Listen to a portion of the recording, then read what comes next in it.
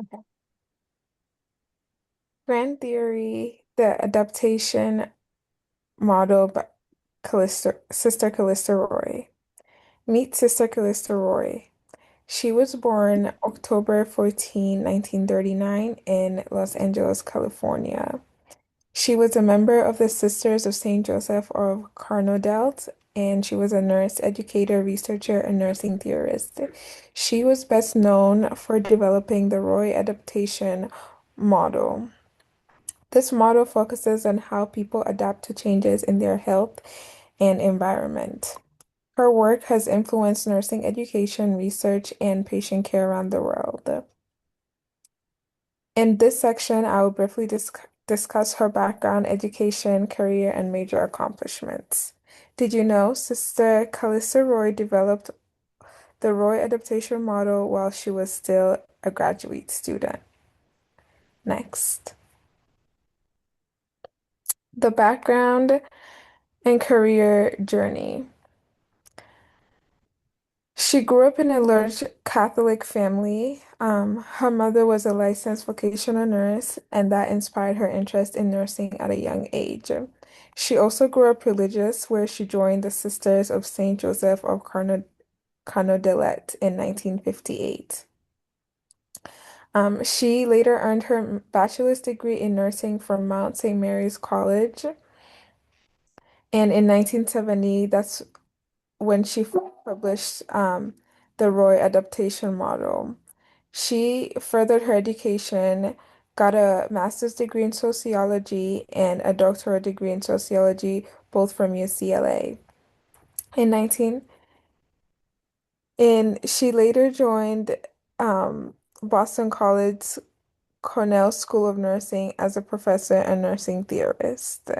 She had an extensive educational background and retired in 2017. Next. Accomplishments and contributions of Sister Roy. While completing graduate school, she developed the Roy adaptation model, which was first published in 1970. Later on, moving on to Boston College, where she taught and mentored nursing students. She also founded the Boston-based Adaptation Research in Nursing Society to support research on her theory. Because of her lifelong contribution, she was named a living legend by the American Academy of Nursing. Today, her theory continues to influence nursing practice around the world. Next. Sister Calissa Roy's journey in photos. This timeline highlights some of the major events in Sister Calista Roy's life. It begins with her childhood and early interest in nursing, teaching and educating her peers. Next, we see her decision to become a Sister of Saint Joseph, which reflected her commitment to serving others. As she continued her education, she developed the Roy adaptation model. She later became a professor at Boston College and gained international recognition for her work along her peers. Today, her theory continues to be taught in nursing schools and applied in healthcare settings across the world. She has continued to be, she was, she continued to be interviewed even after she was in retirement. Next.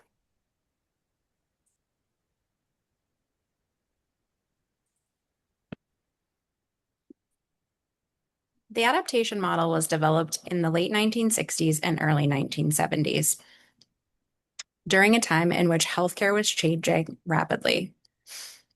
Advances in medical technology meant that patients were surviving illnesses that previously they had not been. Healthcare was shifting from disease treatment to rehab and long-term treatment. And society began to think of patients as whole persons. It was also a time when nursing was rapidly moving into higher education and they were developing their own body of knowledge. Sister Roy was influenced by Dorothy Johnson, who was one of her professors at the time that she first thought of the model. In an interview later in life, Roy actually shared that while in class, Dorothy asked her what she meant when she said, quote, "The goal of nursing is promoting patient adaptation." Roy viewed people as holistic beings rather than just focusing on the diseases they had. This This time in history and the changes occurring in society at the time shaped Roy's belief that nursing should promote successful adaptation to improve the patient's quality of life and their health.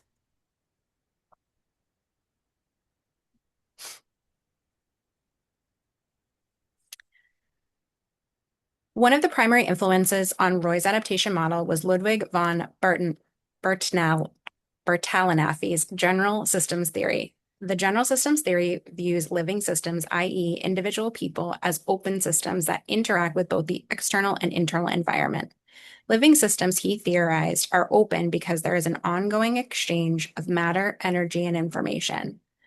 Von Bertalanffy broke down his theory to explain that a system is composed of subsystems. A system contains energy and matter. A system may be open or closed, and both open and closed systems have clearly defined boundaries. For survival, a system must achieve a balance internally and externally, and the balance depends on the system's ability to regulate input and output. Adaptation occurs through accepting or rejecting energy or information, or by accommodating the input and modifying the system's response. Roy applied the general systems theory by viewing her patients as adaptive systems who are continually responding to the environment around them, and that nursing can modify environmental stimuli to promote adaptation.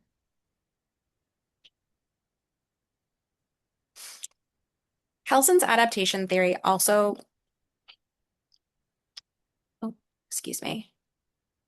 Helson's adaptation theory also played a major role in shaping Roy's thinking. Helson defined adaptation as a process of responding positively to environmental changes, and that individuals are constantly exposed to internal and external stimuli and must adapt. Roy used this as the foundation of her model. Helson described three types of stimuli: focal, contextual, and residual. Roy defined these stimuli as focal being the stimuli that confront the human system and require the most attention, contextual are the stimuli that are characterized as the rest of the stimuli present with focal stimuli and contribute to its effect, and residual, which are the additional environmental factors present within the situation, but whose effect is unclear. The result of this influence was that Roy's model is based on the idea that health depends on successful adaptation, that nursing helps patients to adapt to changing conditions, and she identified that the role of nursing is expanded by promoting adaptive responses.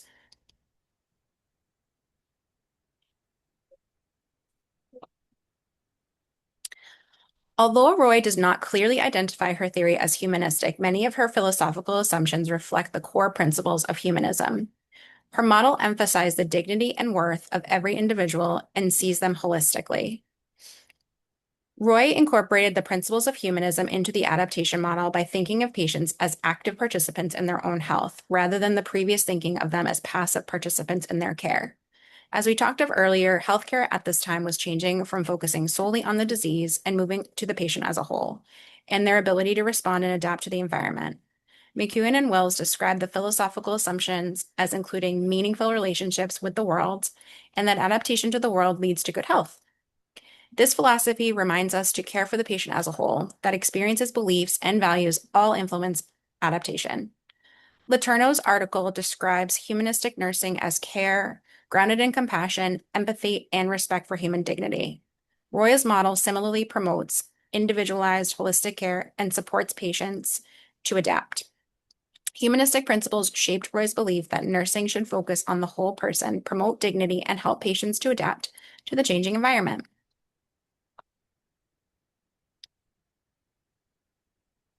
The adaptation model did not develop from a single idea. Dorothy Johnson's nursing model inspired Roy to develop a conceptual model of nursing. General systems theory led Roy to view patients as open systems that interact with the internal and external environment. Helson's adaptation theory introduced the idea that patients respond to stimuli and strive to maintain adaptation. And humanistic principles reinforce the importance of respecting a patient's dignity, individuality, and capacity for growth. Roy combined these influences to develop her adaptation theory, in which the nursing role is to assess the factors affecting adaptation and intervene in ways that promote positive adaptation responses.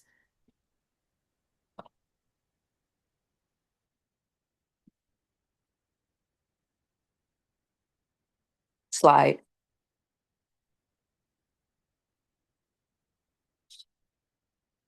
Theory analysis. Sister Callista Roy's adaptation model describes the belief that humans interact and adapt to the environment to achieve balance and wellness for the whole body. Slide. Here we discuss some of the metaparadigms associated with Roy's adaptation model. Metaparadigms describe how the world views the specific principles associated with a discipline. One of the metaparadigms revolves around nursing as the profession that promotes Roy's adaptation model. And it is accomplished through nurses assessing the patient's behaviors and the stimuli that cause the behavior, development of a nursing diagnosis, development of goals, intervening, which includes managing stimuli, and evaluation, which is the observation of the results of the adaptive goals. Another metaparadigm is health, and Roy defines this as a state and process of being and becoming integrated and whole. Another metaparadigm revolves around the patient, and Roy describes the patient as a whole with parts that function as a unity for some purpose. And lastly, environment. Roy describes environment as any condition or circumstance that affects the development and behavior of an individual as the adaptive system. These concepts are interrelated when nurses work to change or adapt internal or external stimuli in the environment to help the whole person achieve a healthy state and a state of well-being. Slide.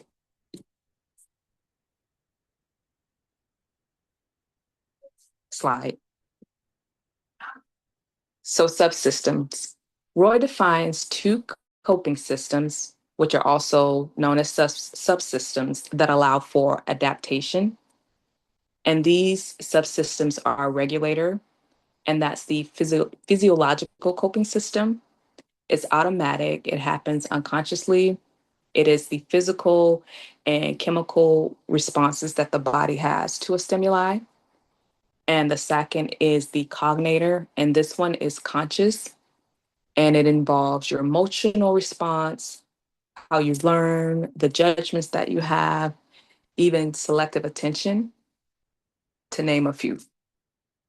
Slide. Slide. There are several assumptions associated with Roy's adaptation model. Here we discuss some of the scientific and cultural assumptions that Roy has. So for scientific assumptions, Roy defines the person's consciousness allows for integration with the environment. She also states that human decisions account for integration of creative processes and that adaptation is the result of human and environmental integration. Some of her cultural assumptions are an individual's experience within their culture influences how they express adaptation. She also mentions that the way individuals express adaptation may result in changes in practice. For example, how a nurse completes her assessment. And lastly, Roy's adaptation model changes within a culture, its implication for nursing may differ from experience in the original culture. Slides. Roy's theory describes four adaptive modes or responses to stimuli, and they are physiological and physical. And these are the physical and chemical processes involved in the function and activities of life. So, oxygen, nutrition, elimination, rest, and protection. The next is self concept and group identity. And this is the psychological and spiritual parts. It is a sense of self, body image, and self worth. Another adaptive mode is role function. And this is pertains to the roles that individuals hold in society and knowing who self is in relation to others. And lastly, there is interdependence. And interdependence describes the close relationships of people and their person and development, and their purpose and development. It's also the adaptation potential of these relationships. Slide. So, some key concepts for Roy's model include there needs to be a stimuli or change in the internal or external environment that results in a response. And the response to the internal or external environmental stimuli is defined as adaptation. And again, there are four adaptive modes that Roy describes: the physiological, physical, the self concept, group identity, role function, and interdependence. And lastly, how you cope with the change or adaptation. And there are two coping systems, and those are the cognator and regulator. Slide.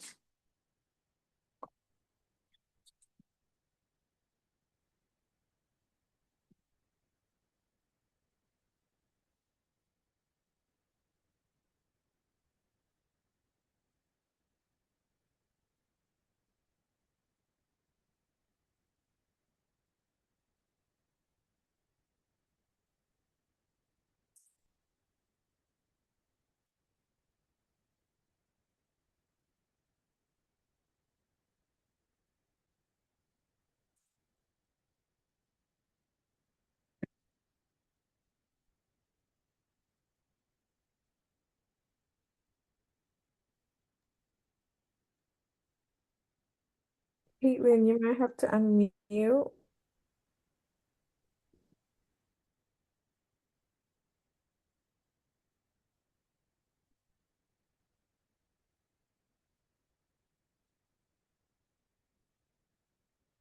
Roy adaptation model. Now that we've introduced Sister Calista Roy and the main ideas of the Roy adaptation model, I'd like to focus on how the theory is applied to nursing practice today. Even though Roy's developed this theory decades ago, it is still very relevant because it gives nurses a practical way to look at the whole person instead of just treating the diagnosis. One of the biggest strengths of this model is that it reminds us that patients are adapting to much more than just a medical condition. They're also dealing with emotional stress, changes in their roles, relationships, and everything else that's happening in their lives. Looking at all of those factors helps us develop care that's most individualized and patient-centered. Roy's model also supports clinical decision-making by giving nurses a framework for assessing how well a patient is adapting and where they may need support. Because of this, it is used not only in the direct patient care, but also in nursing education, leadership, and research to improve patient outcomes and guide evidence-based practice. Over the next few slides, I'll show how Roy's adaptation model can be applied in practice using a patient case, research, and examples of how the theory continues to influence nursing today.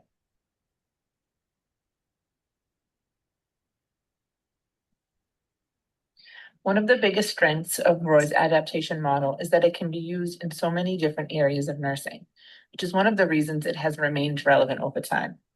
In clinical practice, the model helps nurses look beyond the diagnosis and assess how the whole person is adapting.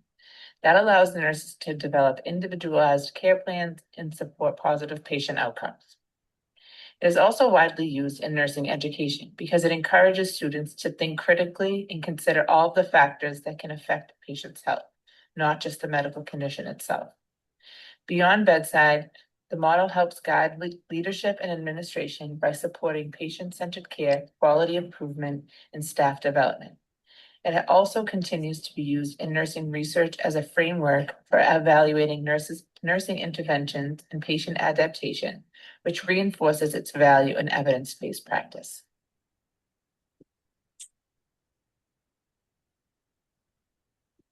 Testability of Roy's adaptation model. One way to evaluate the strength of a nursing theory is to look at whether it has been tested through research. Roy's adaptation model has been studied extensively, and one good example is a systemic review by Husseini and Sultanian, published in 2022. In this review, the authors looked at 34 nursing studies involving patients with chronic illnesses. Across a variety of patient populations, nursing interventions based on Roy's adaptation model helped improve patients' physical, psychological, and social adaptation. Patients also showed better coping and an overall improvement in quality of life. These findings show that Roy's adaptation model isn't just a theoretical framework. It can be applied in real clinical settings and has been shown through research to support positive patient outcomes.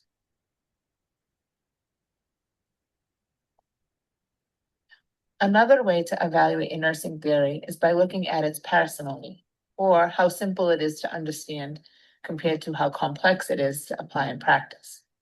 The Roy adaptation model has a very organized structure. It's built around 4 adaptive modes that give nurses a clear framework for assessing, planning, implementing, and evaluating patient care. That makes the model relatively easy to understand, teach, and use across many different nursing settings. At the same time, applying the model in practice can be more challenging. Patients' physical, psychological, and social needs often overlap, and nurses have to determine how different types of stimuli are influencing a patient's ability to adapt. Because the model can be applied to almost any patient population, it also requires a lot of critical thinking and clinical judgment. Overall, I think Roy's adaptation model does a good job balancing simplicity and complexity. It's organized enough to be practical, but flexible enough to help nurses provide individualized, holistic care to a wide variety of patients.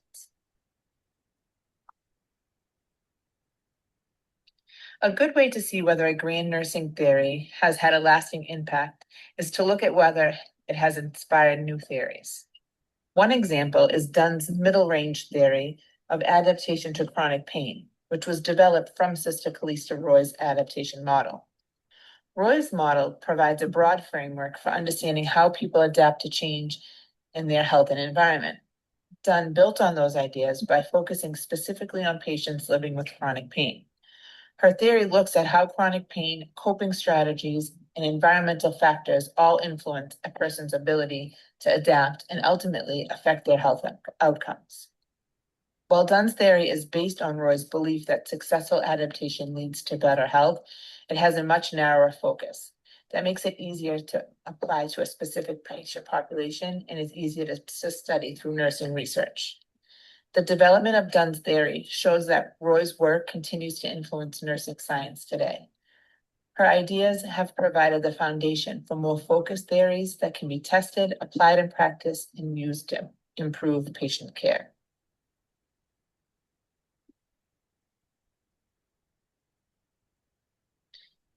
Throughout this presentation, we've explored how Sister Calista Roy developed the adaptation model and the philosophical ideas that influenced her work. We've also discussed the key concepts of the theory, the 4 adaptive modes, and how the model helps nurses understand patients as whole adaptive individuals. We also looked at how the model continues to be used in nursing practice, education, leadership, and research. From our patient example to the evidence supporting the model and the development of Dunn's middle range theory, we've seen that Roy's work continues to influence nursing today. Even though healthcare has changed over the years, the goal of nursing remains the same: to provide individualized, patient-centered care that helps people adapt to physical, emotional, and social challenges. Ultimately, Roy's adaptation model reminds us that nursing is more than treating illness.